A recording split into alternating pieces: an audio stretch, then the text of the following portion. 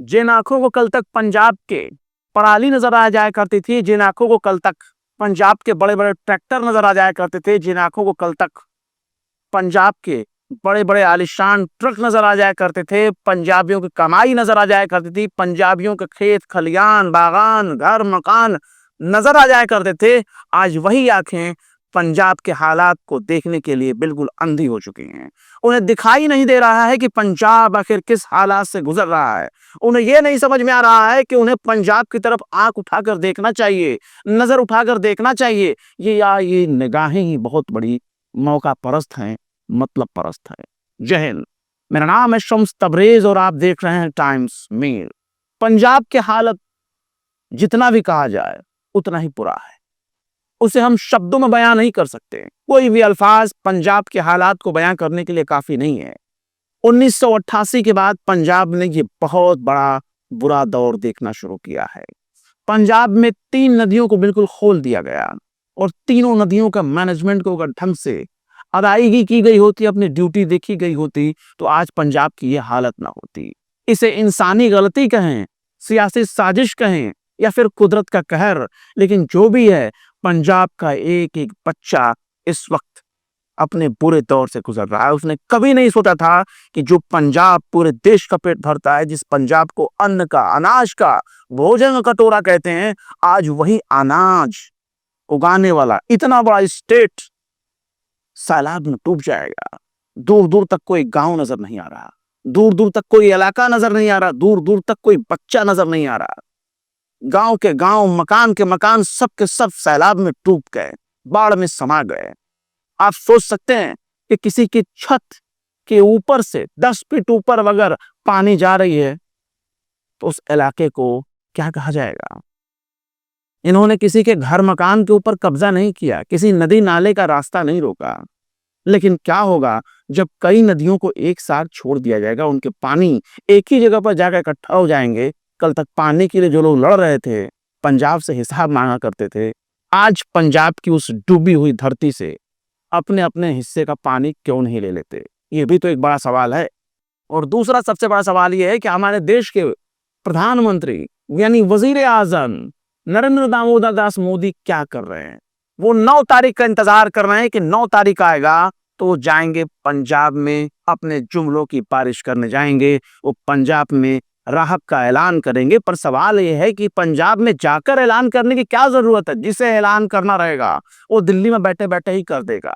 ये जरूरी नहीं है कि आप अपनी मौजूदगी जाहिर करके ही पंजाब के लोगों की मदद करेंगे।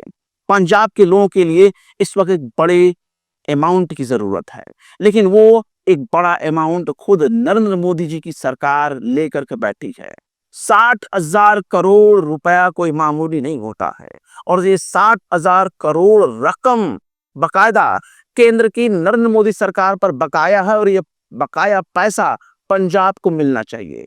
ये पैसा पंजाब का है, जिसमें से 58,000 करोड़ रुपए तो सिर्फ जीएसटी का बकाया है।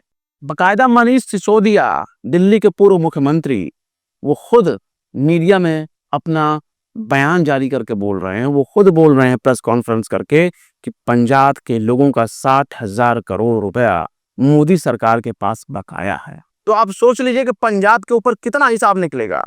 पंजाब अगर अपने हक का पैसा लेना चाहे तो खुद मोदी जी क्या राहत की बात करेंगे, खुद हमारे नरेंद्र मोदी जी क्या दौरा करेंगे। उनको तो बल्कि पंजाब का रोके गया जो फंड है उसको रिलीज कर देना चाहिए। उनको अलग से आसान करने की जरूरत नहीं है। पंजाब के लोगों के लिए भले ही बीएसएफ को उतार दिया गया हो, भले ही एनडीआरएफ को उतार दिया गया हो, लेकिन जब 3-3 नदियां उफान पर चल रही हो, खतरे के निशान को पार कर रही हो, तो आप सोच सकते हैं कि एक छोटा सा मदद दे करके, ये तो ऊंट के मुंह में जीरे का जैसा काम है, या आप छोटी सी एक अपनी मेहनत दिखा करके बहुत बड़ा क्रेडिट लेने की कोशिश कर रहा है। यहाँ गौर करने वाली बात यह है, कई तस्वीरें ऐसी आई हैं जिन्हें हम अगर आपको दिखा रहे हैं तो आप इन्हें देख लीजिए, क्योंकि इसमें आपको एक सच्चाई नजर आएगी। इन तस्वीरों में देखिए, कटान को रोकने के लिए खुद पंजाब के लोग, वहां के आम लोग, वहां के आम किसान बड़े बड़े जालियों में, स्टील की जालियों में, जो तार बुनने वाली जाली होती है बड़ी बड़ी, उस जाली को बकायदा मिट्टी के, बालू के, रेत के बोरे से उस पूरी जाली को भर रहे हैं और फिर पूरी भीड़ मिलकर, लोगों की भीड़ मिलकर उसे नदी के किनारे रोक लगा रही है, एक के ऊपर रख रही है, ताकि वहां एक मजबूत बांध के जैसा वहां पे जमीन को रोका जा सके, कटाव से रोका जा सके। वरना कटाव में तो यहाँ लग रहा है कि पूरा का पूरा गांव ही बह जाएगा। पर इस मौके हालात को संभालेगा कौन? पंजाब में के जो हालात बने हुए हैं, ये हालात कोई इंसानी गलती है या सियासत का नतीजा है? आखिर कैसा है? इसके बारे में एक जांच होनी चाहिए। बहुत से लोगों की कलई खुल जाएगी कि आखिर पंजाब की ऐसी हालत क्यों हो गई। मुख्यमंत्री साहब की भी कलई खुल जाएगी, जो इस वक्त अस्पताल में जाकर आराम फरमा रहे हैं। उन्होंने अस्पताल से ही ऐलान भी कर दिया है कि वो कैबिनेट मीटिंग बुलाएंगे, आनंद फानंद में जल्दी से बातचीत करेंगे, और जिस दिन मोदी जी आएंगे तब तक स्कूल कॉलेज भी खोल दिए जाएंगे। तो ये पंजाब की हालत, और पंजाब की हालत कौन लोग संभालेंगे? कौन लोग हैं जो पंजाब को संभालेंगे? यहाँ तो ये हालत हो रही कि कलाकार दर्जनों के दर्जनों गांव संभाल रहे हैं, गोद लेने का वो ऐलान कर चुके हैं। बड़े बड़े कलाकारों, फिल्मी सितारों ने अपनी मदद भेजनी शुरू कर दी है। पंजाब में इस वक्त एक बड़े राहत पैकेज की जरूरत है, और वहां जरूरत है हजारों की तादाद में सैलाब में फंसे हुए लोगों को महफूज मकामात पर ले जाने के लिए। और हमारे नरेंद्र मोदी जी अभी 9 तारीख को दर्शन देने के लिए पंजाब जाएंगे। ये बड़ी शर्म की बात है कि वो इतना इंतजार करा रहे हैं। उनसे पहले 2 केंद्रीय मंत्री वहां चक्कर काट चुके हैं। हाल ही में अमित शाह वहां गए और उन्होंने भी अपना रस्म अदायगी पूरी कर ली। शिवराज सिंह चौहान, जो केंद्रीय मंत्री हैं, शिवराज सिंह चौहान, वो भी दर्शन देने के लिए गए। और जब दर्शन देने के लिए गए तो ट्रैक्टर पर सवार होकर गए। टखने भर पानी में उतर कर उन्होंने पंजाबियों का दुख तकलीफ बांटा। आप सोच सकते हैं कि कितने शर्मनाक है। जो तस्वीरें सोशल मीडिया पे आ रही हैं, उन तस्वीरों को आप देख करके समझ सकते हैं कि किस किस तरह के लोग आज घुटने पर, टखने में पानी में उतर करके वो पंजाब के लोगों पर एहसान कर रहे हैं। ये बड़ा ही अजीबोगरीब हालात है, और ये समझ से परे है कि आखिर ये सियासत है या कोई सियासी साजिश है, या सियासत का सबसे घटिया स्तर है। आखिर ये क्या है? जो लोग अपने आप को पंजाबियों का रहबर बना रहे हैं, वो किस गुमान में जी रहे हैं? ये वही पंजाबी हैं, ये वही सरदार हैं, ये वही सिख कौम है जो हर मौके पर देश दुनिया में कहीं भी कोई मौका होता है तो वहां ये सिख भाई खड़े रहते हैं। इन्हें हम लोग प्यार से सरदार जी कहते हैं, और यही सरदार जी आज अगर किसी बड़ी मुसीबत में आए हैं तो फोटो खिंचाने वाले नेता अपना बेशर्म चेहरा लेकर के वहां जा रहे हैं, फोटो खिंचा रहे हैं और सोच रहे हैं कि वो पंजाबियों का दुख दर्द बांट रहे हैं। नहीं जी नहीं, ऐसा नहीं है। आप पंजाबियों का मजाक उड़ा रहे हैं, और आपको कोई हक नहीं है कि आप पंजाब के ऊपर इस तरह का एहसान दें। पंजाब के लोगों ने पूरे देश के ऊपर इतने बड़े एहसानात किए हुए हैं कि अगर पूरा देश भी मिल करके उन पंजाबियों के एहसान को, उनकी मदद को अगर पूरा करना चाहे तो पूरा नहीं हो पाएगा। सरकार, हुकूमत क्या करेगी? यहाँ ये है कि जो सेवा उन्होंने अब तक की है, आज उसी का नतीजा है कि लोग, आम लोग, सरकार की मैं बात नहीं कर रहा, पॉलिटिकल पार्टी की मैं बात नहीं कर रहा, आम लोग ट्रैक्टर के ट्रैक्टर, ट्रकों के ट्रकों अनाज को भर के, राहत सामग्री को भरकर, थाली से लेकर ग्लास, चम्मच, हर सामान, टब, बाल्टी, सब कुछ वो भेज रहे हैं, पंजाब भेज रहे हैं। और वो कोई एहसान नहीं कर रहा पंजाब के ऊपर। पंजाबियों ने उनको ऊपर पहले से ही वो एहसान किया हुआ है। भले वो उस एहसान के रूप में ना देखते हों, वो सेवा के तौर पे देखते हैं। जिसको जरूरत होती है वो उसको सेवा वहां मुहैया कराते हैं। दिल्ली से लेकर पूरे देश में जितने भी गुरुद्वारे हैं, वहां हर जगह आपको मुफ्त में लंगर मिलेंगी, खाने के लिए लंगर मिलेंगे। यहाँ तो 5 किलो का अनाज का एक बोरी पकड़ा करके हुकूमत आपके ऊपर इतना बड़ा एहसान कर देती है कि चुनाव में घूम कर आपसे वोट मांगा करती है। पंजाब वालों ने ऐसा कुछ नहीं किया। पंजाब वालों ने कदम कदम पर इस देश की मदद की है। जब भी कोई जरूरत हुआ है, बिना बुलावे एक टांग पर वो हमेशा खड़े रहे हैं। और आज अगर सरदारों को कोई जरूरत है तो एक टांग पर पूरे देश को खड़ा होकर के मदद करनी चाहिए। पर अफसोस, पूरे देश से उस तरह की मदद नहीं पहुंच रही है। दिल्ली से पहुंच रही है, पश्चिमी यूपी से पहुंच रही है, हरियाणा से पहुंच रही है। सबसे ज्यादा हरियाणा के मेवात के लोग मदद कर रहे हैं। नाम लेकर कहूं, जात मजहब की बात अगर मैं करूं तो लोग कहेंगे कि आप मुसलमान हैं, तो मुसलमानों की बात कर रहे हैं। लेकिन जो सामने है उसके लिए हम अलग से क्या अपनी जबान खोलें। आप हर जगह से सोशल मीडिया पर भी नजर लगा सकते हैं। पंजाब में जो आपके जान पहचान वाले होंगे उनको भी आप फोन घुमा सकते हैं, नंबर लगा सकते हैं, पता कर सकते हैं कि वहां मदद करने वालों में सबसे ज्यादा कौन है। पंजाब को इस वक्त मदद की जरूरत है।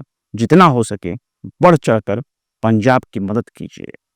अगर वो किसी बुरे दौर से गुजर रहे हैं तो ये दौर फिर से आपके लिए भी लौट आ सकता है। कुदरत की आफत है, किसी के भी साथ हो सकता है। तो आज बेहद जरूरी है कि पंजाब की मदद कीजिए। कंधा से कंधा मिलाकर पंजाबियों की हिमायत कीजिए, उनकी मदद कीजिए।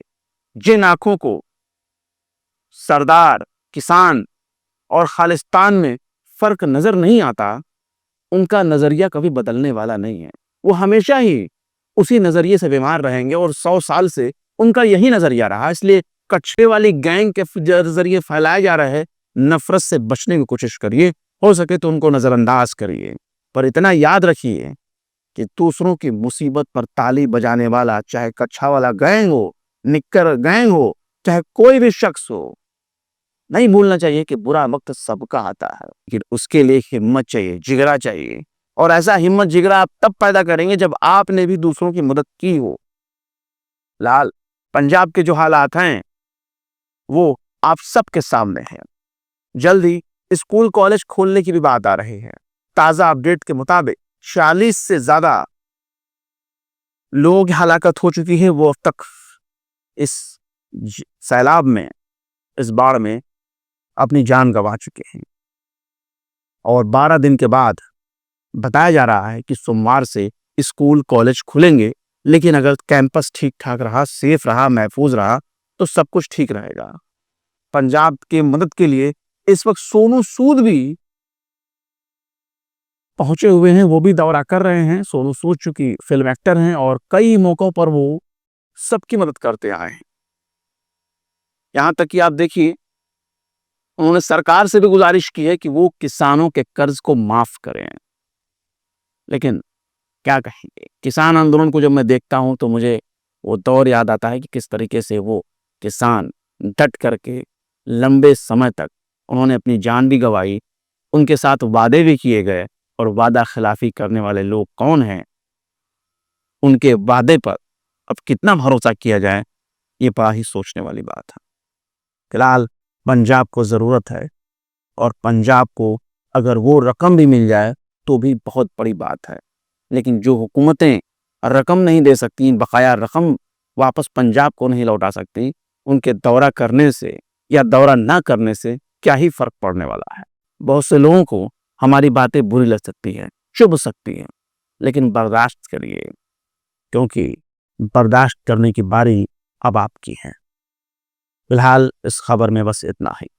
फिर मिलते हैं किसी और वीडियो में एक नई खबर के साथ। शम्स तबरेज को दीजिए इजाजत। जय हिंद। अगर अभी तक आपने हमारे चैनल टाइम्स मेल को सब्सक्राइब नहीं किया है तो जल्दी से सब्सक्राइब कर दें और बेल आइकन भी प्रेस कर दें।